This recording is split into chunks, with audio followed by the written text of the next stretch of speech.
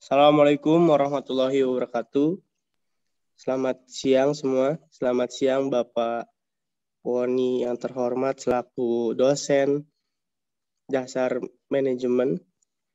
Pada kesempatan kali ini kelompok kami akan mempresentasikan tentang pengendalian efektif dari perusahaan yang kami ambil, yaitu PT Mayora Indah Tbk. Anggota kelompok kami terdiri dari 7 orang, yaitu ada Cynthia Kenisa Gultom, yang kedua ada saya sendiri, Fadila Sandi, yang ketiga ada Fitria Desya Faris, yang keempat ada Kina Fawazah Hardian, yang kelima ada Marisa Zevania Simbolon, yang keenam ada Rizal Fahriullah, yang ketujuh ada Zakwan Zaki Simbolon.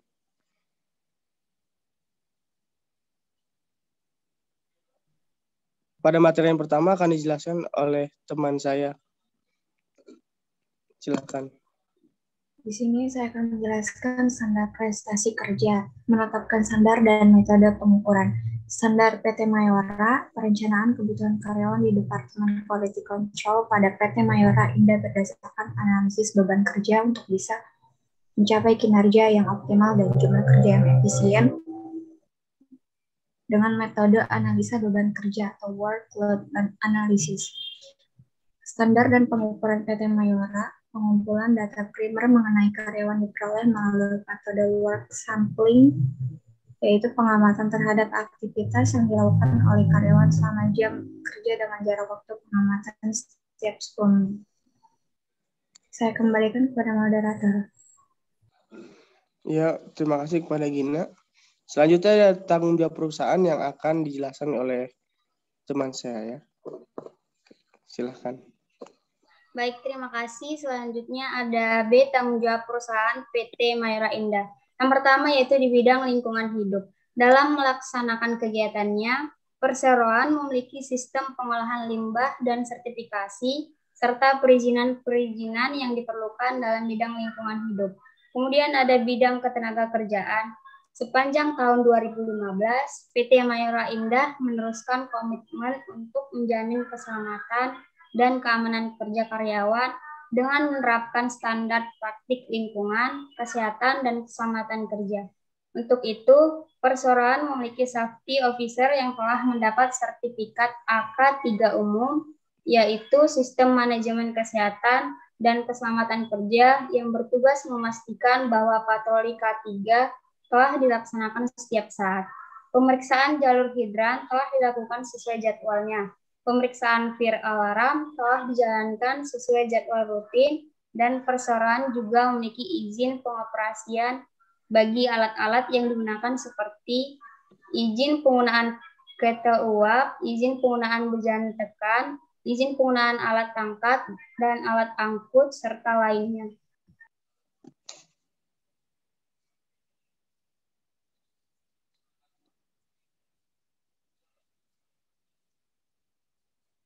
Ya, terima kasih. Pada selanjutnya akan dijelaskan oleh teman saya Marisa. Kepada Marisa, dipersilakan. Baik, yang selanjutnya di bidang pengembangan sosial dan kemasyarakatan. Perseroan memberikan lapangan pekerjaan bagi masyarakat sekitar lokasi pabrik dan berupaya mengembangkan kualitas kesadaran masyarakat untuk menjaga kesehatan melalui kebersihan dan kesehatan lingkungan. Mengajak masyarakat untuk melaksanakan budaya 5R, yaitu ringkas, rapi, resik, rawat, rajin, dan dengan mengunjungi sekolah-sekolah dan masyarakat kebiasaan sarapan sehat. Yang keempat yang selanjutnya yaitu di bidang tanggung jawab produk. Tanggung jawab perseroan terhadap produk yang dihasilkan sudah dimulai sejak bahan baku baru tiba dan belum diterima oleh personel penyimpanan atau gudang bahan baku. Perseroan dengan cara melakukan pemeriksaan terhadap bahan baku yang akan diterimanya. Setelah hasil pemeriksaan memastikan bahwa bahan baku yang akan diterima telah sesuai dengan persyaratan yang ditentukan, baru bahan baku tersebut diterima dan disimpan di dalam gudang penyimpanan bahan baku.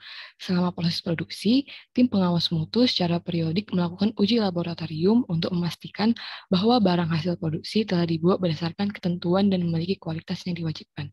Terima kasih, saya kembalikan ke moderator. Ya, terima kasih kepada Marisa telah mempresentasikan dan menjelaskan. Selanjutnya akan dijelaskan oleh Fitria Desya. Kepada Fitria Desya, dipersilakan. Baik, terima kasih. Lalu ada pengukuran prestasi kerja. Pengukuran kinerja di PT Mayora Indah Tbk dilakukan langsung oleh pimpinan, yaitu adalah manajer atau supervisor. Cara penilaian yang dilakukan adalah dengan melihat langsung kinerja karyawan pada saat sedang melakukan pekerjaan. Penilaian di perusahaan ini meliputi tanggung jawab, kecepatan dalam menyelesaikan pekerjaan, inisiatif, disiplin, dan kerjasama. Selanjutnya, hasil penelitian menunjukkan bahwa penilaian kinerja berbasis kompetensi dan KPI, Key Performance Indicator yang telah ada. Yang pertama, perhitungan KPI yang diusulkan lebih menekankan kepada kinerja karyawan berdasarkan target perusahaan. Salah satu indikatornya adalah kepuasan pelanggan terhadap pelayanan yang diberikan. Yang kedua, perhitungan dengan KPI ini dianggap lebih bagus karena selain konsistensinya dan tepat sasaran dengan kebutuhan perusahaan, aspek yang dinilai pun lebih dapat diamati karena sesuai dengan job description yang ada. Terlebih lagi, KPI juga bisa dimonitoring secara berkala. Yang ketiga, penilaian juga lebih bisa diterima karena masing-masing karyawan diukur tidak hanya karena kemampuan secara personal, namun juga komunikasi dan kemampuan bekerja secara tim. Yang keempat, hasil KPI dapat digunakan sebagai dasar pengambilan keputusan yang berkaitan dengan pengembangan diri dan karir karyawan. Saya kembalikan lagi kepada moderator. Ya, terima kasih kepada Fitria Desya telah menjelaskan dan mempresentasikan. Pada slide ini, saya akan menjelaskan tentang menetapkan apakah prestasi kerja sesuai dengan standar. Prestasi kerja PT Mayora Indah sudah dilakukan dengan standar, karena produk pada PT Mayora ini sudah banyak diekspor, bahkan bisa menjadi pemimpin pasar di mancanegara, dan bersaing dengan produk lain. PT Mayora Indah sebagai perusahaan Indonesia telah mampu bersaing di pasar global dengan kontribusi ekspor yang mencapai 50% dan mencapai penjualan lebih dari 35 triliun.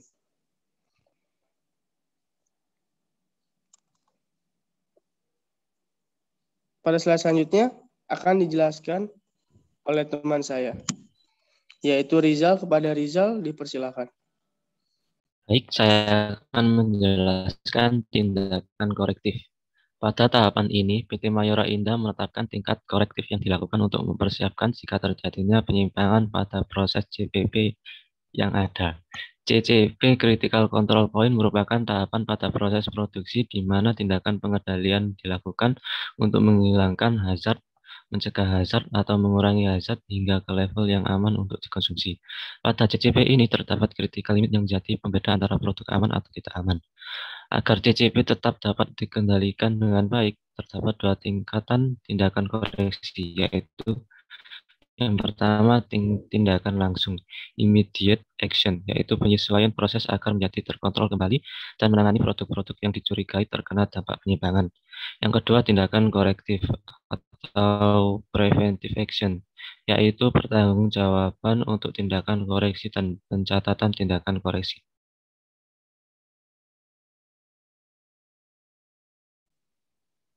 Ya, terima kasih kepada Riza telah menjelaskan dan mempresentasikan materinya.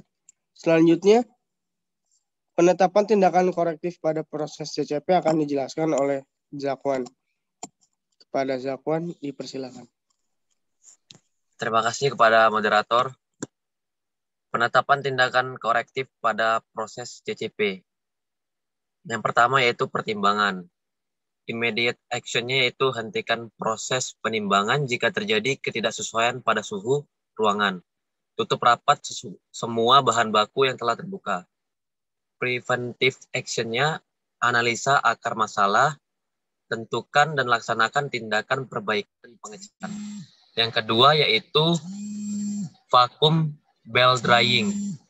Immediate action-nya yaitu hold proses produksi dan setting ulang mesin PBD. Lalu preventive action-nya analisa akar masalah,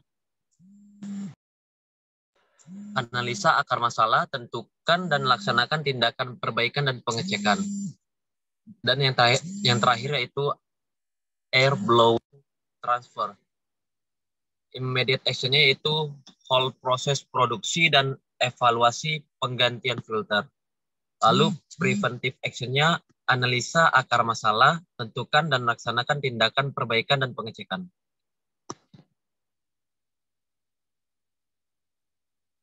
Lalu yang keempat yaitu fibroseparator. Immediate action-nya stop produksi, informasikan supervisor produk yang diduga terkontaminasi, melakukan pengayakan ulang produk 100%. Preventive action-nya yaitu analisa akar masalah, tentukan dan laksanakan tindakan perbaikan dan pengecekan. Dan yang terakhir yaitu packing, stop produksi, informasikan supervisor produksi dan QC, serta hold produk. Preventive action-nya yaitu analisa akar masalah, tentukan dan laksanakan tindakan perbaikan dan pengecekan. Saya kembali kepada moderator. Ya, terima kasih kepada Zakwan telah menjelaskan dan mempresentasikan materinya. Sekian dari kelompok kami, kurang lebihnya mohon maaf. Wassalamualaikum warahmatullahi wabarakatuh.